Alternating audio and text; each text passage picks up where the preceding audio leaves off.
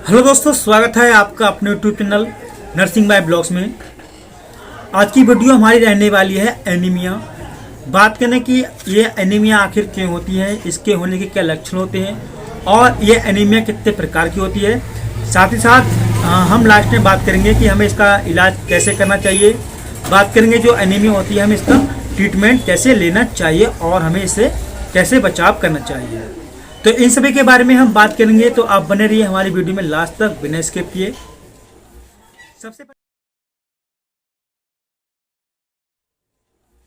सबसे पहले बात करेंगे कि हम आखिर एनीमिया होती क्या है, एनीमिया आखिर होती क्यों है। तो हम सरल भाषा में बात करें कि एनीमिया आखिर होती क्या है। तो एनीमिया एक ऐसी स्थिति होती है जो हमारी बॉडी में जो खून की कमी होती है उसको ही हम एनीमिया कहते हैं। हमारी बॉडी में होने वाली खून की कमी को हम एनीमिया के नाम से जानते हैं। एनीमिया एक ऐसी स्थिति या फिर ऐसा रोग है जिसके चलते किसी भी पर्सन के अंदर, किसी व्यक्ति के अंदर जो रेड ब्लड सेल्स होती हैं, लाल रक्त कणिकाएं होती हैं, कोशिकाएं होती हैं, उसकी कमी हो जाती है। जिसके चलते क्या होता है, वो टिश्यू तक उनके ऑक्सीजन वगैरह नहीं पहुंच पाती है। हमारी बॉडी के अंदर जो रेड ब्लड सेल्स होती हैं उसकी कमी के कारण जो टिश्यू को जितनी ऑक्सीजन वगैरह चाहिए, टिश्यू को हमारे कनेक्टिव जो टिश्यू वगैरह होते हैं, एक दूसरे को जोड़ने वाले टिश्यू होते हैं, उन तक ऑक्सीजन ढंग से नहीं पहुंच पाती है। जिसके कारण किसी भी पर्सन को बहुत ही ज़्यादा कमजोरी होगी, उसको बहुत ज़्यादा वीकनेस होगी और उसको भूख में कमी या फिर उसको थकावट भरा महसूस होने लगती है, जिसको भी हम एनीमिया कहते हैं। जिसके भी पर्सन को एनीमिया होगी तो उसको त्वचा वगैरह बहुत पीली हो जाती है, बहुत मतलब कि येलोस वगैरह हमें देखने को मिलती है। अगर हम सरल भाषा में कहें तो एनीमिया एक बहुत ही ज़्यादा खतरनाक बीमारी भी मानी जाती है, खतरनाक स्थिति भी होती है। आमतौर पर अगर देखा जाता है कि ये एनीमिया सबसे ज़्यादा बच्चों और औरतों में ज़्यादा कर देखी जाती है। एनीमिया अधिकतर लोग बताते हैं कि एनीमिया ज़्यादातर जो बच्चे और जो महिलाएं होती हैं उनमें ज़्यादातर एनीमिया पाया जाता है, एनीमिया उनको होता है। अब बात करेंगे कि आखिर एनीमिया होती कितनी प्रकार की है, इस एनीमिया को हम कितने प्रकार से जानते हैं। वैसे तो मेरे खुद के टीचर ने बताया कि एनीमिया बहुत प्रकार की होती है, मगर यहाँ पर कुछ एनीमिया को डिफाइन किया गया था, कुछ एनीमिया को बारे में बताया गया है। ये एनीमिया लगभग 7 प्रकार की होती हैं। ये एनीमिया कितनी होती हैं? 7 प्रकार की होती हैं। अगर हम एक को डिफाइन करेंगे तो ये हमारे वीडियो बहुत ही लंबी हो सकती है, इसलिए मैं सिर्फ यहाँ पे उनके नाम ही आपको बताऊंगा। पहला जो हमारा एनीमिया होती है वो होती है आयरन की कमी के कारण जो एनीमिया होती है उसको हम पहली हमारी होती है आयरन की कमी से होने वाली एनीमिया। दूसरा हमारा होता है थैलेसीमिया। जैसा कि आपने थैलेसीमिया बहुत ही ज़्यादा सुना होगा, ये बच्चों में बहुत ही ज़्यादा देखा जाता है, बहुत ही ज़्यादा गंभीर समस्या होती है, जिसको हम थैलेसीमिया के नाम से जानते हैं। थैलेसीमिया हम मतलब बताते हैं। तीसरा हमारी जो यहाँ पे आती है वो हमारी होती है एप्लास्टिक एनीमिया। तीसरी हमारी यहाँ पे होती है वो होती है हमारी एप्लास्टिक एनीमिया के नाम से हम जानते हैं। और हमारी जो चौथी होती है वो हमारी होती है हेमोलिटिक एनीमिया। चौथी जो हमारी पाई जाती है वो होती है हेमोलिटिक एनीमिया। और पांचवी जो एनीमिया हम पाई जाती हैं उसमें होती है एक्वायर्ड हेमोलिटिक एनीमिया। पांचवी हमारी होती है एक्वायर्ड हेमोलिटिक एनीमिया। और हमारी जो छठी होती है वो होती है सिकल सेल एनीमिया। जो हमारी छठी प्रकार की होती है वो हमारी होती है सिकल सेल एनीमिया। और जो हमारी सातवीं लास्ट वाली एनीमिया होती है वो हमारी होती है हेरिडिटरी हेमोलिटिक एनीमिया, मतलब कि हेमोलिटिक एनीमिया, हेमोलिटिक एनीमिया के नाम से हम जानते हैं। और दूसरी इसको हम बात करें तो थैलेसीमिया एनीमिया के नाम से भी यहाँ पे डिफाइन किया गया है। थैलेसीमिया एनीमिया के नाम से भी हम जानते हैं। अब बात करेंगे कि जिस पर्सन को अगर एनीमिया होगी, जिस किसी पर्सन के अंदर खून की कमी होगी तो उसको क्या क्या लक्षण दिखाई देखने को मिलेंगे, हमें उस पर्सन के अंदर क्या क्या समस्या देखने को मिल सकती हैं। तो सबसे पहले आप उस व्यक्ति के अंदर, उस पर्सन के अंदर उसको थकावट वगैरह महसूस होगी, उसको बहुत ज़्यादा दुर्बलता ज़्यादा महसूस होगी, उसको कमजोरी वगैरह, वीकनेस वगैरह देखने को मिलेगी। साथ ही साथ उसकी जो बॉडी होगी वो हल्की पीली दिखाई देखने को मिलेगी। जैसा कि आपने देखा होगा कि आप किसी डॉक्टर के पास दिखाने गए होंगे तो वो टॉर्च लगा के आपकी आंखों के नीचे देखते हैं कि कितनी आंख पीली है, कितनी आपकी स्किन है वो येलोस वगैरह है। साथ ही साथ किसी पर्सन को अगर एनीमिया होता है तो उसकी बॉडी होती है वो पीली दिखाई होती है और उसके हाथ पैर थोड़े ठंडे होते हैं, उसको हेडेक वगैरह रहेगा, उसको सांस लेने में दिक्कतें आएंगी, उसको चक्कर आएंगे, उसको मतलब बहुत ही ज़्यादा देखा जाए तो दिल की धड़कन वगैरह इरेगुलर रहेगी, कभी घटेगी कभी बढ़ेगी, कभी घटेगी तो कभी बढ़ेगी। अब बात करेंगे कि एनीमिया के आखिर क्या कारण होते हैं, कि एनीमिया हमें आखिर क्यों हो सकती है। बात करें कि एनीमिया होने के क्या कारण हो सकते हैं जिसके कारण से हमें एनीमिया होती है।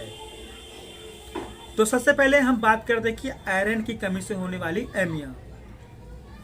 हमारे भारत में देखा जाए तो आयरन की कमी से होने वाली एनीमिया बहुत ही ज़्यादा पाई जाती है, बहुत ही ज़्यादा ये आम प्रकार की एक बोलें तो ये एनीमिया होती है, जिसके कारण से आपके जो बॉडी होती है उसमें हीमोग्लोबिन की कमी के कारण, उसमें आयरन की कमी के कारण ये आती है।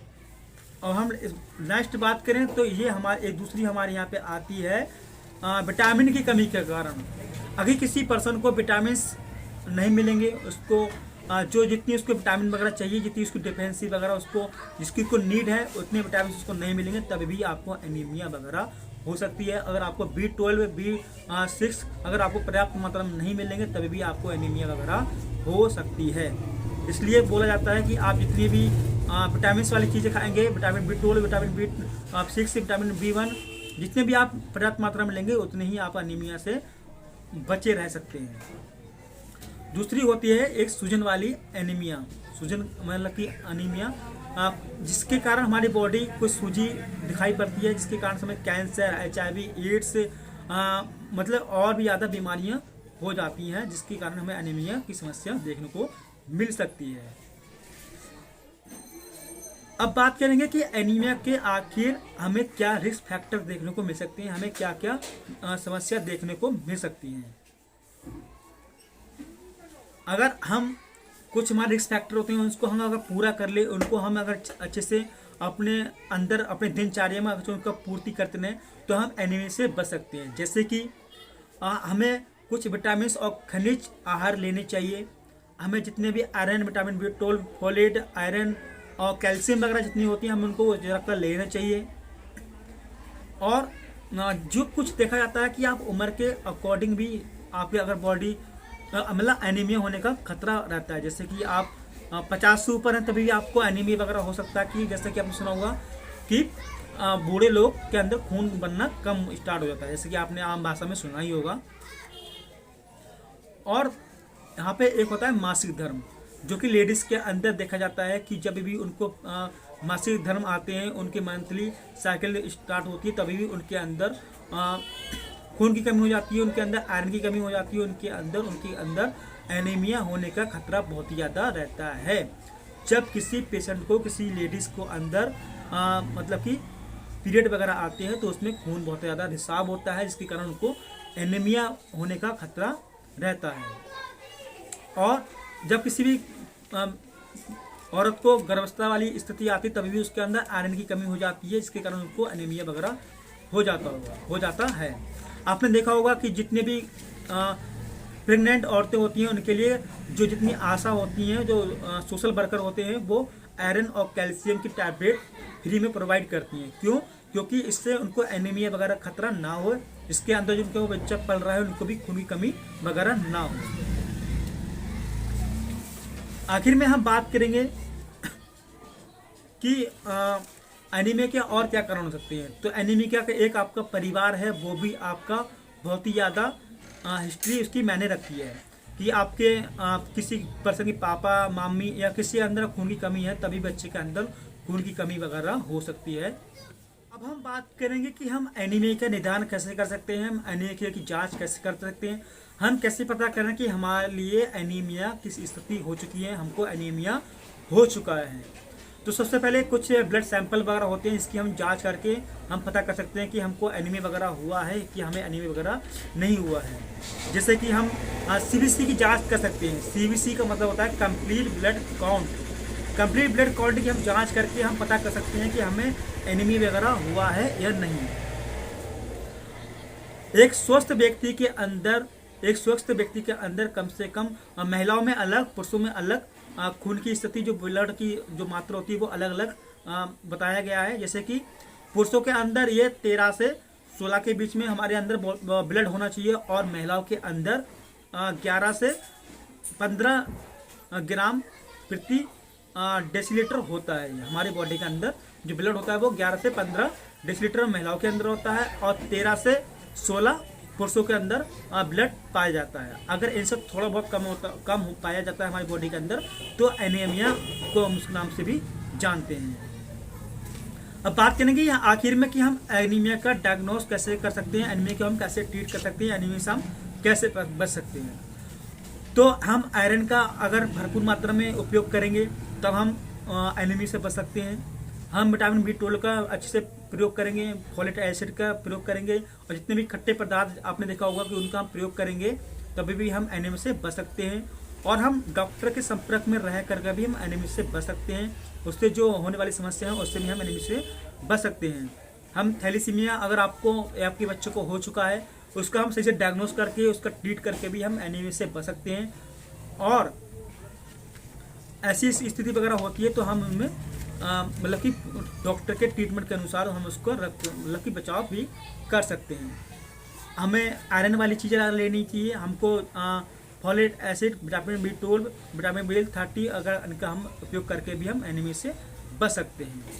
तो आज हमने बात की एनीमिया के बारे में, इसके लक्षण के बारे में, इसके उपाय के बारे में, इससे हम कैसे बचाव कर सकते हैं इनके बारे में। ऐसी शॉर्ट वीडियो देखने के लिए, ऐसी हमें लॉन्ग वीडियो देखने के लिए आप हमें कमेंट करते रहें, आप हमें सपोर्ट करते रहें। मिलते हैं एक नेक्स्ट वीडियो में नए टॉपिक के साथ। अगर आपको हमारे द्वारा बताई गई जानकारी सही लगती है, हमारा बताने का तरीका थोड़ा बहुत ठीक लगता है, तो आप हमारे चैनल को लाइक कर सकते हैं, शेयर कर सकते हैं, सब्सक्राइब कर सकते हैं, और हमें कमेंट भी कर सकते हैं। मिलते हैं एक नेक्स्ट वीडियो में नेक्स्ट टॉपिक के साथ। तब तक के लिए धन्यवाद। प्लीज़ कमेंट करना ना भूलें कि आपको यह वीडियो कैसी लगी, हमारे द्वारा बताई गई जानकारी कैसी लगती है। मिलते हैं, थैंक यू।